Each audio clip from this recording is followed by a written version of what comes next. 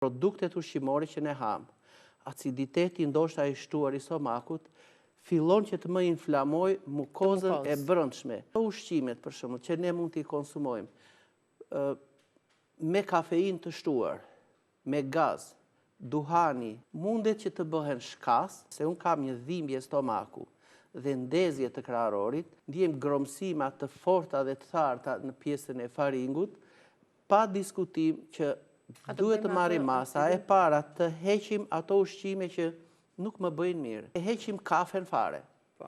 Të mundohemi që të fusim ushqime që janë jo pikante, pra jo spec djegës, jo ndonjë ginger që është i freskët i njohëm. Këto ne duhet i anashkalojmë. Dhe të vemi kryesisht tek gjërat bazike. Të gjitha perimet, brokula, lakra, lule lakra, karrota, kungulli, trangulli, speci e kështu me radhë, jo djegës, janë të mrekullueshme për stomakun. Njeriu duhet që në momentet e para që ndjen ato simptomat që neve përmendëm të parat, duhet të marri masa.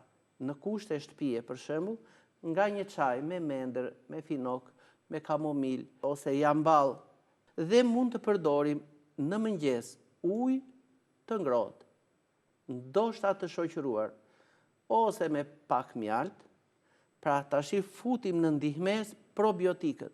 Ujë me mjalt plus pak vaj ulliri ose të marri këtë ekstraktin balsamik, fillojmë me një ditë të mbarë për rigjenerimin e mureve të stomakut